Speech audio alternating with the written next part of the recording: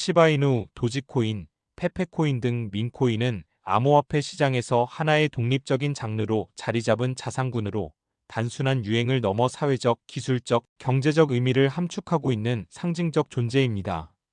이들 코인은 모두 유머, 밈, 인터넷 문화 등에서 출발했지만 점차 실질적인 유틸리티와 커뮤니티 주도의 발전을 통해 진화해온 공통점을 가지고 있습니다. 이 스크립트는 시바이누, 도지코인, 페페코인을 중심으로 민코인의 탄생, 구조, 생태계, 기술적 기반, 시장 반응, 그리고 미래 전망에 대해 심층적으로 다룹니다.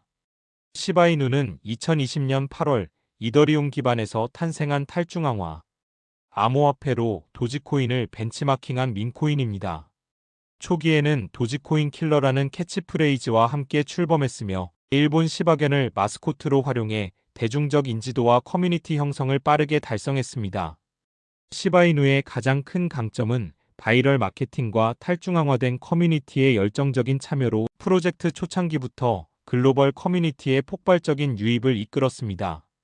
시바이누 생태계는 단일 토큰에 그치지 않고 다중 토큰 구조로 진화하였습니다. 대표적으로 시바 토큰, 리쉬 토큰, 본 토큰이 있으며 각각의 기능이 명확하게 분화되어 있습니다. 시바 토큰은 일반 유통 및 투자 수단, 리쉬 토큰은 제한된 공급량을 가진 희소성 토큰, 본 토큰은 거버넌스 참여와 보상 수단으로 사용됩니다. 또한 시바이누는 2021년 시바스왑이라는 탈중앙화 거래소를 출시하며 디파이 영역으로 확장했고 자체 블록체인 플랫폼 시바리움을 개발하여 레이어 2 솔루션 시장에도 진입하였습니다. 시바리움은 낮은 수수료, 빠른 거래 속도, 독립적인 DApp 생태계 구축을 가능케 하는 인프라로 평가받고 있습니다. 메타버스 프로젝트인 시바 더 메타버스는 사용자 중심의 가상공간 설계를 목표로 하며 시바이누 생태계 전반에 걸쳐 실질적 유틸리티를 확보하고자 합니다. 시바이누는 이처럼 밈의 유의성을 넘어서 실용적 기능과 독립적 생태계를 갖춘 암호화폐로 진화하고 있습니다. 도지코인은 민코인의 원조격으로 2013년 미국의 소프트웨어 개발자인 빌리 마커스와 잭슨 팔머가 인터넷 유머 문화의 상징인 시바견 이미지를 활용하여 출시한 암호화폐입니다. 본래는 블록체인 기술에 대한 풍자와 유의를 목적으로 만들어졌으나 커뮤니티 기반의 강력한 유대와 온라인 티핑, 소액 결제 기능을 통해 실질적 사용 사례를 확보하며 널리 퍼졌습니다. 도지코인의 가장 두드러진 특징은 무제한 발행 구조입니다. 이는 희소성을 기반으로 한 자산과는 반대되는 접근이며 오히려 유통성과 접근성, 실사용 측면에서 이점을 확보하려는 전략이었습니다. 이러한 구조는 인터넷 사용자들 사이에서 팀 문화와 기부, 후원 등 일상적 사용을 가능케 하였고 암호화폐의 실생활 적용 가능성에 대한 사례로서 주목을 받았습니다. 2021년 이후 테슬라 CEO 일론 머스크가 도지코인을 공개적으로 언급하고 일부 결제 수단으로 활용하면서 도지코인은 글로벌 암호화폐 시장에서 폭발적인 주목을 받게 됩니다. 도지코인은 빠른 블록 생성 시간과 낮은 수수료, 쉬운 채굴 접근성을 통해 높은 실용성을 보유하고 있으며 최근에는 자체 블록체인 확장과 스마트 계약 기능 도입에 대한 논의도 이어지고 있습니다. 도지코인은 기술적 혁신보다는 커뮤니티 기반의 유대와 사회적 참여에 초점을 맞춘 프로젝트입니다. 재단은 2021년 비영리 조직으로 재정비되었으며 블록체인 인프라 개선, 보안 강화, 커뮤니티 확장 등을 목적으로 활동을 이어가고 있습니다. 이와 같은 구조는 도지코인을 단순한 민코인을 넘어 사회적 실험으로 진화시키고 있습니다. 페페코인은 비교적 최근 등장한 민코인으로 페페 더 프로그라는 인터넷 밈 캐릭터를 기반으로 만들어졌습니다. 원래는 특정 커뮤니티 내에서 유의적으로 사용되던 이미지였으나 블록체인 기술과 결합하면서 밈 자산화의 대표적 사례로 등장하였습니다. 페페코인은 출범 초기부터 기존 민코인들과의 차별화를 꾀하며 탈중앙성과 투명한 커뮤니티 운영을 강조하였습니다. 페페코인은 시가총액 1조 원대를 돌파하며 단기간 내 급격한 성장세를 보였고 다양한 거래소에 상장되며 유동성과 접근성을 확보하였습니다. 그러나 일부 커뮤니티 구성원 간 지분 불균형과 유동성 락 해제 등으로 인한 가격 변동성 문제가 지속적으로 제기되었으며 이에 따라 투자자들은 단기 급등락에 대한 리스크를 인식하게 되었습니다. 기술적으로는 이더리움 기반 ERC-20 표준을 따르고 있으며 토큰 분배와 유통 과정은 스마트 계약을 통해 자동화되어 있습니다. 그러나 실질적인 유틸리티나 기술 기반보다는 커뮤니티 중심의 투기적 수요에 의해 가격이 좌우되는 경향이 크다는 점에서 구조적 한계를 지니고 있다는 평가도 병존합니다. 페페코인은 인터넷 문화, 밈 경제, 커뮤니티 주도의 자산 설계라는 새로운 영역을 실험하고 있는 암호화폐입니다. 이는 기존 금융자산과 다른 차원에서의 가치 창출과 사용자 참여를 유도하는 구조로 민코인이 단순한 유의를 넘어 디지털 정체성과 문화적 자산의 확장으로 진화할 수 있음을 보여주고 있습니다. 전체적으로 민코인의 공통점은 커뮤니티 중심의 발행과 운영, 인터넷 밈 문화의 반영, 그리고 유의성에 기반한 초기 인지도 형성입니다. 그러나 시바이누, 도지코인, 페페코인은 각각의 생태계 구조와 기술적 접근 방식, 사회적 참여 방식이 상이하며 이를 통해 다양한 확장 가능성과 한계를 동시에 보여주고 있습니다.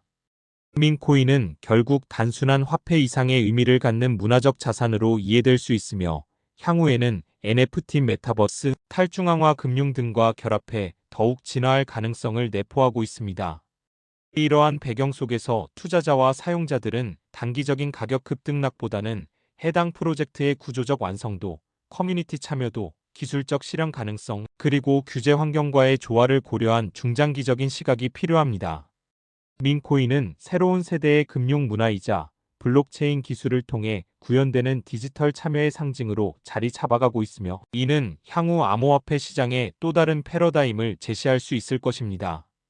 제가 여러분들을 위해서 이렇게 100% 무료로 코인방 운영을 하고 있습니다. 매일같이 여러분들에게 코인 딱 2개씩만 드리고 있고요. 비트코인이 상승을 하든 하락을 하든 이런 시장에 상관없이 여러분들이 거래를 하면서 수익을 매일같이 꾸준하게 얻어갈 수 있는 방이라고 말씀을 드립니다. 어제 6월 18일 오전 10시 50분에 보내드렸습니다. 첫 번째 코인 아이트 레이어 드렸고요. 매수가는 현재가로 드리고 있습니다. 수급 확인이 완료된 단기 거래가 가능한 이런 코인만 드리고 있고요. 바닥 구간에서 드리고 있습니다. 이거 너무나도 중요하죠. 아트레이어 차트를 보시면 제가 정확하게 이 구간에서 보내드린 겁니다. 확대해서 보시면 일단 기본적으로 조정 이후 바닥 구간을 뛰어 올라올 때 이때 드린 거예요. 그리고 나서 상승세가 나와줬죠. 그리고 이 구간이 왜 중요한 구간이었다? 1차 돌파 이후에 조정이 나오고 여기서 이탈 이후 매수세가 다시 한 번 더 들어와 줬다는 거예요. 그리고 다시 한 번 더 장기동 평균선 위로 안착을 하기 때문에 제가 이런 구간에서 여러분들께 보내드리고 있습니다. 두 번째 코인은 오브스 코인 보내드렸습니다. 마찬가지로 매수가는 현재가로 드리고 있고요. 만일 여러분들이 이 메시지를 늦게 보셔서 놓친다 하더라도 절대로 추격 매수할 필요 없다고 말씀드립니다. 코인은 매일 같이 나가고 있다. 다른 코인으로 다시 또 천천히 거래하면 되니까 마음을 급하게 먹을 필요가 전혀 없다는 겁니다. 수급 확인이 완료가 된 단기 거래 가능한 이런 코인들이 있고요. 제가 이제 드리면은 그것만 여러분들은 거래하시면 됩니다. 비트코인의 흐름과 무관하게 당일 거래로 모든 걸 끝내기 때문에 시장의 흔들림에 휘둘릴 이유가 전혀 없다. 오브스코인의 흐름 같은 경우는 제가 정확하게 이 구간에서 드렸습니다. 확대해서 보시면 장기동 평균선은 1차적으로 돌파를 했죠. 근데 떨어졌습니다. 그 이후에 쭉쭉 가다가 다시 한 번 더 위로 올라오는 순간 그때가 바로 여기입니다. 그 정도로 세력이 매수세가 엄청나게 강하다는 얘기예요. 이것도 마찬가지로 제가 바닥 구간에서 드렸고 자 그리고 나서 계속된 상승이 이렇게 나와준 겁니다. 자 이것만 해도 수익금이 쭉쭉 올라가면 무려 단기에 여러분들 9% 정도의 수익이 난 겁니다. 자 이런 수익 매일같이 여러분들이 챙길 수 있다라는 거예요. 자 제가 이런 종목을 매일같이 여러분들에게 두 종목씩 보내드리고 있습니다. 자, 3975-7841로 아자라고 남겨주시면은 제가 100% 무료로 운영하는 코인방으로 여러분들 빠르게 입장 도와드리도록 하겠습니다. 2025년 중반 국제정세는 또 한 번 중요한 전환점을 맞이하게 되었습니다. 오랜 긴장 상태를 이어온 이란과 이스라엘 간의 군사적 충돌이 일시적이지만 의미 있는 휴전 국면으로 전환된 것입니다. 이 휴전은 단순한 군사작전의 일시 중단을 넘어 글로벌 공급망, 에너지 시장, 금융시장, 특히 암호화폐 시장에까지 영향을 미치는 중대한 국제 정치 이벤트로 평가받고 있습니다. 특히 이 지역의 불안정성이 고조되던 시기에 많은 전문가들은 제3차 세계대전의 발화점이 될 수 있다는 우려를 제기하기도 했으며 이러한 우려는 금융시장의 불확실성을 증폭시켰습니다. 하지만 이번 휴전 발표 이후 시장은 다소 안도하는 분위기로 전환되었으며 이에 따른 지정학적 리스크의 재조정, 글로벌 경기 방향성, 그리고 디지털 자산 시장, 특히 비트코인의 중장기적 흐름에 대한 재평가가 이뤄지고 있습니다. 이스라엘과 이란은 중동 지역에서 핵심적인 정치적 군사적 세력으로 자리 잡고 있습니다. 양국 간의 갈등은 수십 년에 걸쳐 누적되어 왔으며 특히 이란의 핵개발 문제, 시리아 내전에서의 대리전 양상, 레바논의 헤즈볼라, 가자지구의 하마스 등 친이란 무장 세력과의 연계성 등 복합적인 요소들이 얽혀 있었습니다. 이란은 종종 자국 내 핵시설에 대한 외부 공격 가능성을 경계하며 핵 억지력을 군사 전략의 중심으로 삼아왔습니다. 반면 이스라엘은 자국 안보를 위협하는 요소에 대해서는 선제적 타격도 불사하는 강경한 안보 전략을 고수해왔으며 미국과의 긴밀한 협력을 기반으로 중동에서의 군사적 우위를 지속적으로 확보해왔습니다. 2025년 상반기 이란 핵시설과 관련된 여러 첩보가 유출되면서 다시금 긴장이 고조되었습니다. 미국과 유럽 정보기관들은 이란의 핵농축 활동이 군사적 수준에 도달할 가능성을 경고했으며 이에 따라 이스라엘이 이란 본토에 대한 선제 타격을 준비 중이라는 보도도 이어졌습니다. 실제로 올해 4월 이후 가자지구와 레바논 남부, 시리아 경계지대 등에서 수차례 무력 충돌이 발생했고 이란 내 일부 핵시설 주변에서도 정체불명의 폭발이 보고되면서 군사적 충돌 가능성이 점점 현실화되고 있었습니다. 하지만 국제사회, 특히 미국과 유엔, 그리고 사우디아라비아와 같은 중동 내 강대국들이 강력한 중재에 나서며 일시적 휴전이 성사되었습니다. 이번 휴전은 몇 가지 조건을 전제로 하고 있으며 특히 핵개발 활동에 대한 국제원자력기구와 IAEA의 현장 검증 수용, 레바논 국경 무장 세력 통제 강화, 이스라엘 내 미사일 방어망 확충 등에 대한 합의가 포함된 것으로 알려져 있습니다. 이와 동시에 미국은 이란에 대한 경제 제재 일부를 조건부 완화할 가능성을 언급했고 유럽 국가들은 이란산 원유 수입 재개에 대한 가능성도 시사하면서 중동 원유 시장의 향방에도 영향을 미치고 있습니다. 이러한 휴전 발표는 단기적으로 국제 유가의 급등세를 억제하는 역할을 했습니다. 2024년 말부터 이어졌던 유가 상승세는 중동 불안정성과 러시아-우크라이나 전쟁, 장기화의 기인한 공급 리스크 때문이었습니다. 하지만 이란의 원유 수출이 제한적으로나마 재개될 경우 전 세계 원유 공급량은 일정 부분 증가할 수 있으며 이는 물가 안정 및 글로벌 인플레이션 압력 완화에 기여할 가능성이 있습니다. 특히 유럽의 경우 러시아산 에너지에 대한 의존도를 낮추기 위한 대체 에너지 전략의 일환으로 이란산 원유 수입 재개를 강력히 희망하고 있는 상황입니다. 다음으로 글로벌 거시경제에 미치는 영향을 살펴보면 이번 휴전은 전반적인 지정학적 리스크 프리미엄을 일부 해소하는 역할을 하고 있습니다. 미국 연방준비제도는 여전히 인플레이션과의 전쟁을 지속하고 있으며 금리 인하에 대한 기대감은 여전히 시장에 존재하지만 그 조건은 물가 안정과 지정학적 안정성이라는 두 가지 축을 모두 만족시켜야 가능한 것입니다.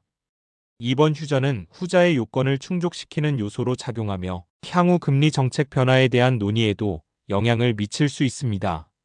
한편 이번 사태는 비트코인을 비롯한 디지털 자산 시장에도 중요한 영향을 미쳤습니다. 2024년 말과 2025년 초 비트코인은 글로벌 지정학적 불확실성 속에서 안전자산 성격이 부각되며 강한 상승세를 보였습니다. 특히 전통 금융자산 대비 높은 변동성과 유동성에도 불구하고 비트코인은 금과 함께 위험회피 수단으로 선택받는 현상이 두드러졌습니다. 이는 미국 내 일부 기관 투자자들이 금과 비트코인을 동시에 포트폴리오에 편입하는 추세에서도 확인할 수 있습니다. 지정학적 위기가 고조될수록 분산 투자에 대한 수요가 높아지며 그 흐름은 디지털 자산 시장에도 긍정적으로 작용한 것입니다. 하지만 휴전 발표 이후 시장은 다소 조정을 보이고 있습니다. 이는 안전자산에 몰렸던 단기 유동성이 다시 전통시장으로 회귀하고 있다는 신호로도 해석됩니다.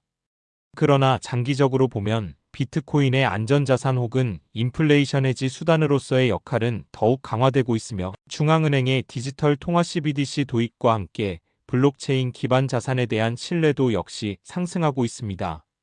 실제로 미국, 유럽, 일본 등 주요국들은 비트코인을 비롯한 디지털 자산을 제도권 내에 편입시키기 위한 규제 프레임워크를 가속화하고 있으며 이는 투자자에게 심리적 안정성을 제공하는 요소로 작용하고 있습니다. ETF 시장의 성장, 기관 자금의 본격 유입, 채굴 산업의 구조 변화, 그리고 미중 패권 경쟁 속에서 비트코인을 활용한 외환 해지 수단으로서의 가치 등 다양한 요인들이 비트코인의 향후 흐름에 영향을 미치고 있습니다. 특히 최근 들어 미 국채 수익률 변동성과 연동하여 비트코인 가격이 반응하는 경향이 강해졌다는 점은 이제 비트코인이 더 이상 비주류 자산이 아닌 글로벌 금융시장의 하나의 축으로 편입되고 있다는 사실을 반영합니다.